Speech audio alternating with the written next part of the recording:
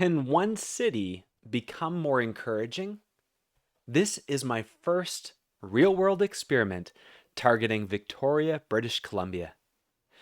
My name is Will Winter, and in the last video, I introduced the Encouragement Rampage Challenge. The bigger question behind it was, can we intentionally spark a movement, not just create content, launch another online challenge, get a few likes and shares? Can we actually influence behavior? Can we take an idea and turn it into action? And can we take that action and turn it into a habit? And can that habit shift a culture? That's the experiment that I'm documenting in this series. And in this video, I want to introduce the first real world target for this experiment, Victoria, British Columbia. We're living here on the island, Vancouver Island. This is the west coast of Canada, and I'll bring it up to give you a little bit of context. My hometown. Now, I've moved away a couple times over the years, but most of my life I've always come back, and I currently live here on the west coast. So we're in Canada. There we go in the world, zooming back in. It's a beautiful place, and I physically reside here, which makes it a little bit more practical to target. We're not just trying to spread our challenge to the wind and hope that somehow it picks up. There will be an online component to this, but what we want to see is, can we shape culture? And I know not everyone watching this lives in Victoria. Maybe you've joined from another city, another country. Maybe you're following this series because you're interested in leadership or culture or marketing even. Movement building, of course, and behavioral change. That's what we're targeting here. So this video is not only for Victoria residents. This is me showing you the steps and the specific place where I'm going to try to apply the idea first. Because if we're learning how to build a movement, we need to move from ideas and theories into a real environment that we can start to impact. Real city, real people, real businesses, community centers, bulletin boards, coffee shops. And for me, that place is Victoria. So the question that I'm going to be putting out there, what if Victoria became Canada's most encouraging city? This is something that's going to be going up around my city here. What if Victoria became Canada's most encouraging city? Now that's the target, that's the headline, and that's the experiment that we're going after here.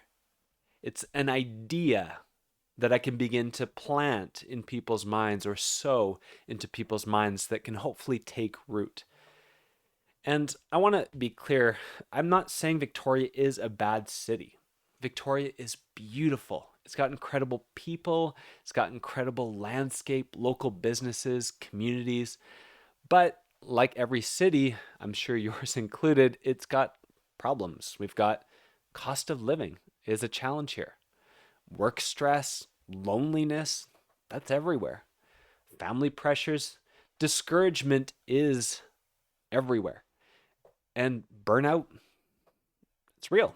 So when I say what if Victoria became the most encouraging city, I'm not saying that we're going to sweep everything under the rug and just pretend everything is magically better. What I mean and what we're after here is that we don't just want to ignore the challenges of life, but we want to have people choose to build courage, build confidence, and build connection in their community. That's the vision that we're after. Encouragement, it's not denial, it's not pretending that challenges don't exist. It's what helps people face challenges with more courage. And courage literally means to place courage into people. And that's why I believe that it's more than just a soft, nice, sentimental thing. I believe encouragement is one of the most powerful leadership skills that there are. And I do work with businesses on this. That's one of the things that I help leaders understand. That when we're building culture, it's not just what you say you value, but it's the patterns that you repeat. It's what you notice and what you call out, what you reinforce, and the things that become normal. And what we're trying to do in Victoria is to set a new normal. So it's not just about making statements, but it's about changing behaviors that people will repeat and reinforcing things. And I think that's true beyond business. I primarily work with businesses, but this is true in families, schools, and churches, sports teams. It's true in a city. So this is the broader experiment. Can we use some of these ideas and principles that strengthen workplace culture and then apply them at a community level? Can we make encouragement more normal? Can we make it more practical? And can we create enough repetition in people? Can we get enough buy-in that it starts to spread? That's what we want to test. And so the mechanism or the process is the Encouragement Rampage Challenge. We're going to try to get people to sign up for this. And the goal is simple. You've got 100 people that you're going to target in 30 days. There's a limited window, but there's a bit of a stretch goal of 100 that feels like it's a bit of a challenge. You're going to give intentional encouragement. And there's a tracker that goes along to help keep progress. There's going to be tips by email along the way. It could be that you send text messages, voice memos, or handwritten notes. Maybe you even make a phone call, or in person, you stretch your encouragement muscles. And it's not about generic compliments. It's not about just saying, hey, you're awesome, man, I appreciate you. It's about giving sincere, specific encouragement, words that help people recognize their value. I just got some feedback. This is something that just reaffirms to me the value of this. I got feedback from someone yesterday. Haven't seen them in 10 years, but I did a voicemail drop. Just sent them a memo on Facebook Messenger, and they responded. These were their words. Your words are water to my soul. They shared how they've been in mom mode and they've been behind the scenes. They've been taking care of their kids. And they said, I don't get a lot of encouragement in this season. Your words are water to my soul. That's what we're doing with this challenge is we're bringing refreshment, encouragement, hope, vision, strength to people so they can face the challenges in front of them. So we're going to give these kinds of words that build people up, build confidence and connection. And the message is that one only took a minute to send, but the courage that it can give someone could last for years even. And so I'm not just taking this online. I could just post about it on Instagram, could just make a landing page, run some targeted regional ads. I could send emails. I'm going to use all of those things, and I will share in future videos some of the technology behind the scenes and how I'm using it. But the goal is to spark a movement, and online alone, it's not enough. Culture doesn't just live online. It's coffee shops and workplaces and churches and neighborhoods and gyms. And so I'm going to target some of these places. I'm going physical. I'm going to be, shortly after this video, placing an order. I've got a cart already filled with print material. We've got here, let's see, we've got business cards and posters and postcards. And we're going to print these off and begin to place them in different areas around the town. Let's show another one here as an example. So there's the postcard. What if Victoria, again the vision, became Canada's most encouraging city?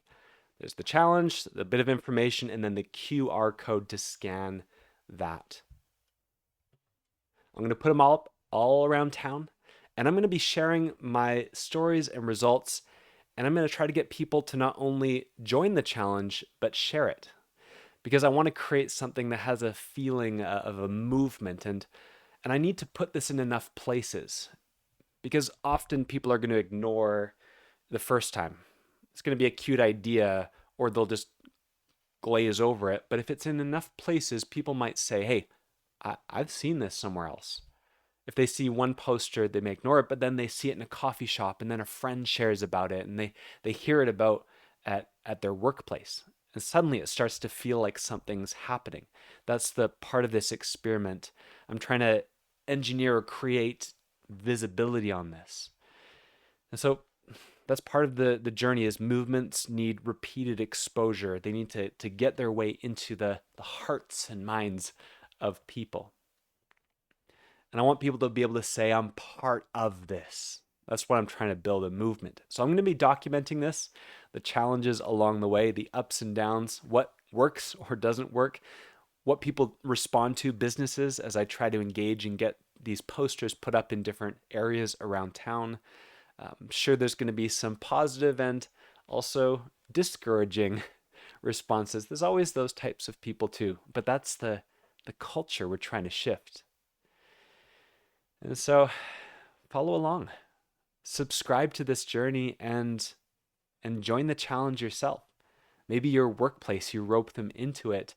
Maybe even inviting, I would love to do trainings in local places if you're following from Victoria. But what we're trying to do is take this intentional encouragement challenge and spread it to give people a simple idea. We need to make it practical, which is where the tracker and the challenge comes.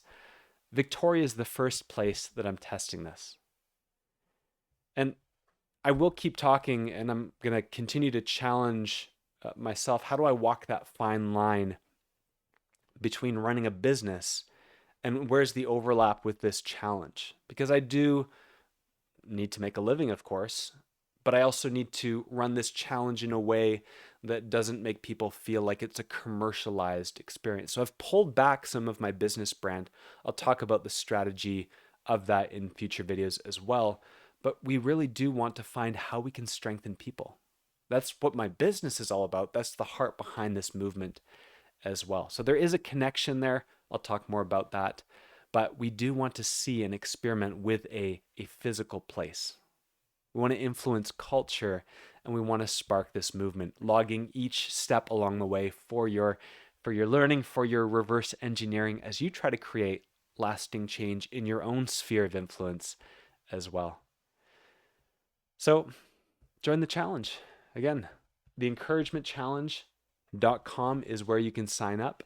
Stay tuned and subscribe for future updates about how I start to spread this across Victoria, as well as just general stories. How have people's lives or families or workplaces been impacted as they roll out or as they experiment themselves and they go on their own encouragement rampage? Thanks for following along, and I look forward to seeing you with some updates in the next video.